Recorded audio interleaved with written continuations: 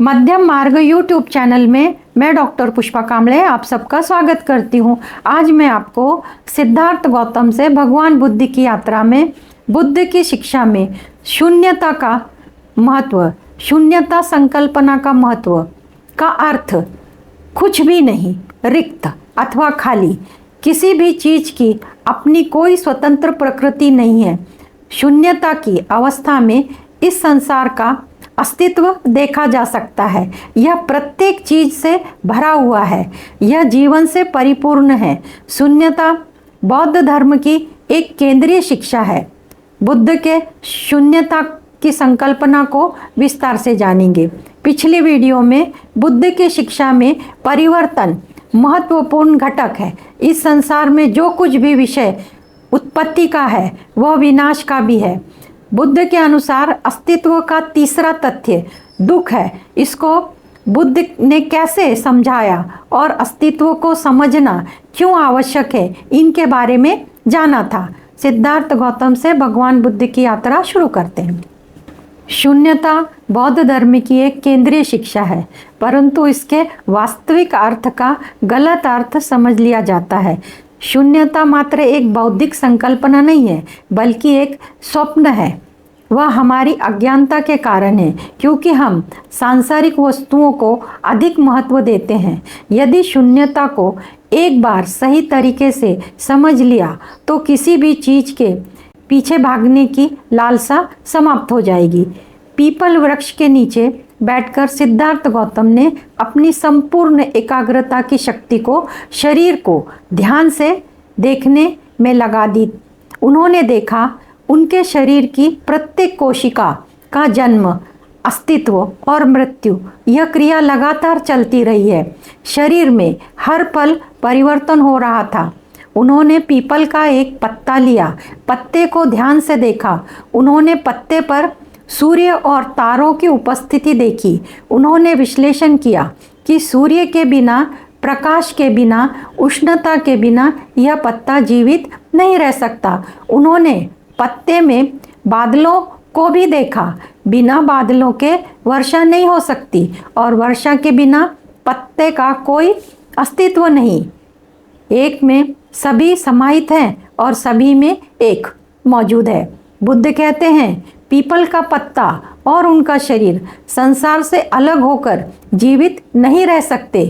अस्तित्व और मौत के बीच की रिक्तता जीवन की दो आवश्यक शर्तें हैं। इन दोनों के बिना कोई बीज उग सकता है, न कि विकसित हो सकता है। यदि चावल के बीज में अस्तित्व और शून्यता की प्रकृति न होती तो वह धान के पौधे के रूप में विकसित नहीं होता। अस्तित्व और आत्म से रिक्त हुए बिना कोई बालक वयस्क का रूप धारण नहीं कर सकता। इस प्रकार उन्होंने सोचा कि जीवन को स्वीकारने का अर्थ अस्तित्व एवं स्व की शून्यता को स्वीकारना। शून्यता में अस्तित्व की शिक्षा शामिल है। प्रत्येक बीज हमेशा परिवर्तन की दशा में होता है। इस तिथि से पूर्व हमारा अस्तित्व था। इसका जवाब है हाँ, हम सही हैं। हम माँ के गर्भ में आने से पूर्व हम वहाँ थे। संभव है कि आधे अपने पिता में और आधे अपनी माँ में। अगर हम कुछ नहीं होते तो हम कुछ बन ही नहीं पाते। हम किसी चीज को कोई नाम दे सकते हैं। किसी चीज के बिना बादल को उत्पन्न किया जा सकता है? इसका उत्तर, बादल बनने से पूर्व वह जल था। संभव है वह नदी का जल हो। अगर आपसे पूछा जाए कि आपके हाथ में कप है, कप खाली है या भरा हुआ है, तो इसका उत्तर होगा कप पानी से भरा है। यदि उस जल को नीचे गिराने के बाद आपसे पूछा जाए कि कप खाली है या भरा हुआ है, आपका उत्तर होगा कप रिक्त है, यानी खाली है। कप किस चीज़ से रिक्त है? तो उत्तर होगा जल से रिक्त है। रिक्त का अर्थ है किसी चीज़ से खाली होना। कप किसी चीज़ से रिक्त नहीं हो सकता। कप पानी से रिक्त है, परंतु वह वायु से रिक्त नहीं है। वहाँ पे वायु मौजूद है। रिक्त होने के लिए किसी चीज से रिक्त होना आवश्यक है। शून्यता से संसार में किसी को तो कहना पड़ेगा कि वह किस चीज से रिक्त है। शून्यता के संबंध में किसी को तो कहना पड़ेगा कि वह किस चीज से रिक्त है। संपूर्ण रिक्त का अर्थ वहाँ पर कुछ नहीं है, यह गलत है, क्योंकि वहाँ कोई ना कोई चीज हो सकती है जिससे हम परिचित नहीं होते हैं, यानी हमें वो मालूम नहीं होती। शून्यता को समझने के लिए उदाहरण से समझते हैं। उदाहरण इस प्रकार है। स्वप्न देखने का अनुभव। हम स्वप्न देखते हैं तो हम स्वप्न में अनेक चीज़ों का अनुभव करते हैं। सपने में हम रंगीन वादियों की सैर करते हैं, खूबसूरत और खूंखार लोगों से मिलते हैं, अनेक कार्यक्रम में भाग लेते हैं, अत्यंत खुशी, कष्ट अथवा पीड़ा का अनुभव करते हैं। हमारे स्वप्न में पूरा संसार एक प्रकार से काम करता है। यह संसार हमारी जागृत अवस्था का संसार हो सकता है या फिर अनोखा भी हो सकता है, परंतु किसी भी मामले में हम स्वप्न देख रहे होते हैं तो हमें लगता है कि यह वास्तविक है। सपना देखते समय हम संदेह नहीं करते, जो कुछ देख रहे हैं वह सब एक स्वप्न है। हम अपने सपनों की दुनिया में रहते हैं। स्वप्न का हमारे मन से स्वतंत्र अस्तित्व होता है और हम अपनी इच्छा, क्रोध, भय की प्रतिक्रिया करते हैं। हम स्वप्न देखते रहते थे, यह निश्चित करने का एक उपाय है कि हम जाग जाएं। हमारी नींद खुलने के बाद अनुभव करेंगे कि जिस संसार को हम अपने सपने का अनुभव कर रहे थे वह तो था ही नहीं, हमारे मन की छवि थी, भ्रम था। हमने सपने में हाथी देखा तो हमारे मन में उसकी छवि अंकित होती है। उस हाथी को हमारे कमरे में या आसपास नहीं पाया जा सकता। हमें रिक्तता को समझने के लिए खाली स्थान सर्वोत्तम उदाहरण है। आकाश हमें नीला रंग का दिखाई देता है।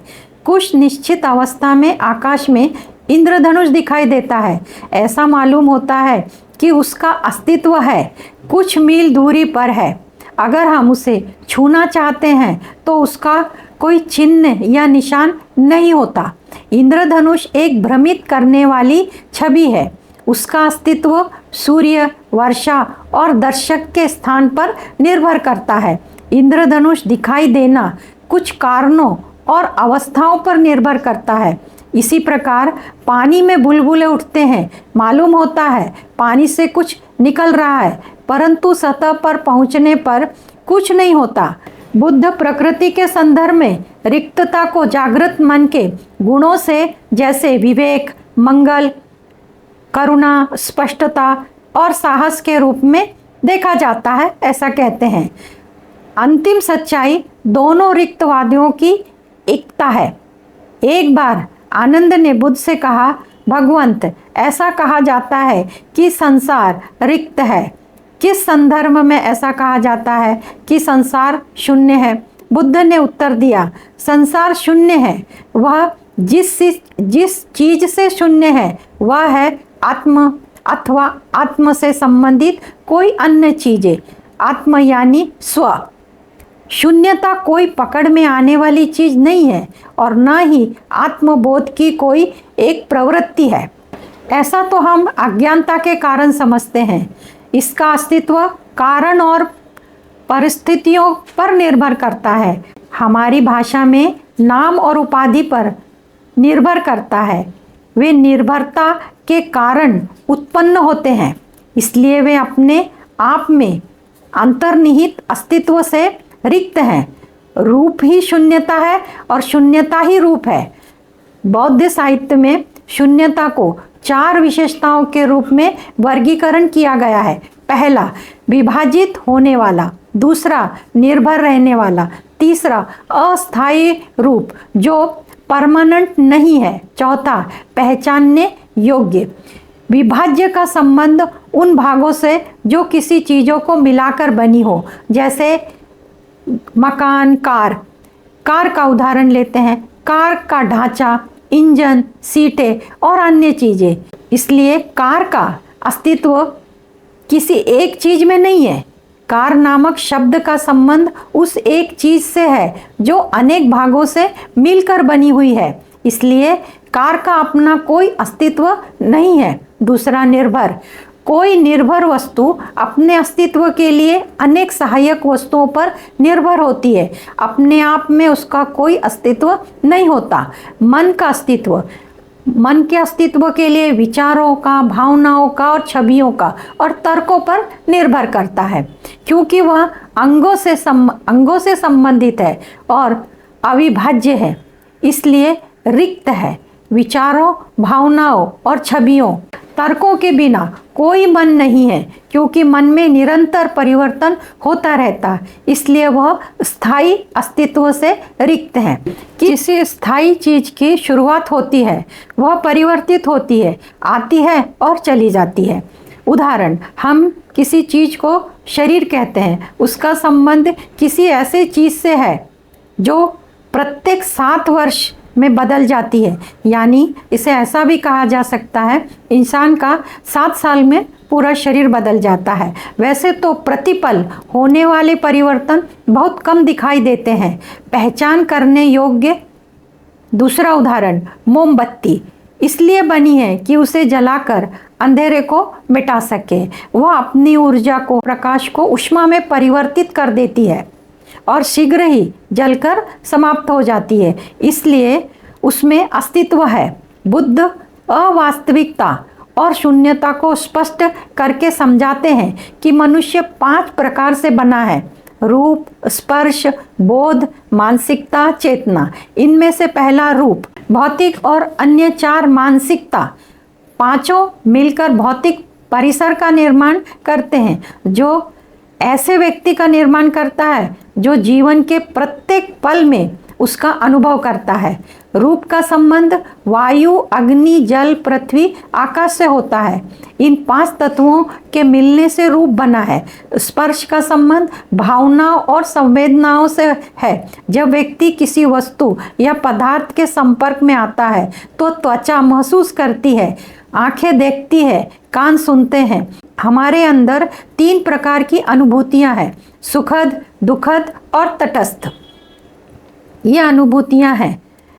हमारी त्वचा गर्म चूल्हे के संपर्क में आती है तो दुख होता है, और हाथ जलने से दुख होता है, और हाथ गर्म चूल्हे से हटा लेते हैं तो सुखद अनुभव होता है। बोध, ज्ञान, बुद्धि, हमारी इंद्रियां सूचना को ग्रहण करके, उसका विश्लेषण करके, उसका वास्तविक अर्थ निकालने की योग्यता का नाम ही बोध है। आमतौर पर पदार्थों को हम पूर्व अनुभव के आधार पर पहचानते हैं। उदाहरण, त्वचा स्टोव को छूती है तो गर्म हो जाती है। चेतना का संबंध संसार और आसपास का परिसर व्यक्ति के सामान्य जानकारी से होता है। उदाहरण, व्यक्ति अपने हाथ को गर्म महसूस करता है और आहा कहता है, यानी वह अनुभव करता है कि उसे चेतना की संज्ञा दी गई है। बुद्ध कहते हैं, शून्यता को समझना अत्यंत कठिन है। यह बौद्धिक रूप से समझने वाली संकल्पना नहीं है, यह एक जीवन पद्धति है। हमें अपने प्रतिपल होने वाले अनुभव को रिक्त करने की ओर संकेत करती है। अनुभव से रिक्त होने का अर्थ है हमारी चेतना में उठने वाली मैं अथवा मेरा जैसे विचारों को मिटा देना। अंततोगत्वा हम दुखी होते हैं क्योंकि हम चीज़ों को लाभदायक समझते हैं और लाभदायक अनुभव करते हैं, और ऐसा समझते हैं कि ये हमेशा कायम स्वरूपी है, और ऐसा हम मान लेते हैं। शून्यता का संबंध ध्यानात्मक अनुभव तथा अवस्था से हो सकता है। शून्यता का अनुभव वास्तविक विवेक प्राप्त करने का मार्ग है। स्टीफन बैचलर द्वारा अनुवाद किए गए शून्यता पर नागार्जुन के विचार। जब शून्यता संभव है, प्रत्येक चीज संभव है। जब शून्यता असंभव है तो कुछ भी संभव नहीं है। सिद्धार्थ गौतम से भगवान बुद्ध की यात्रा में आज इतना ही। आपका मंगल हो। आप सबने मुझे देखा सुना, इसके लिए आपको धन्यवाद। आप सब में स्थित दिव्य आत्मा को मेरा शत शत नमन। धन्यवाद।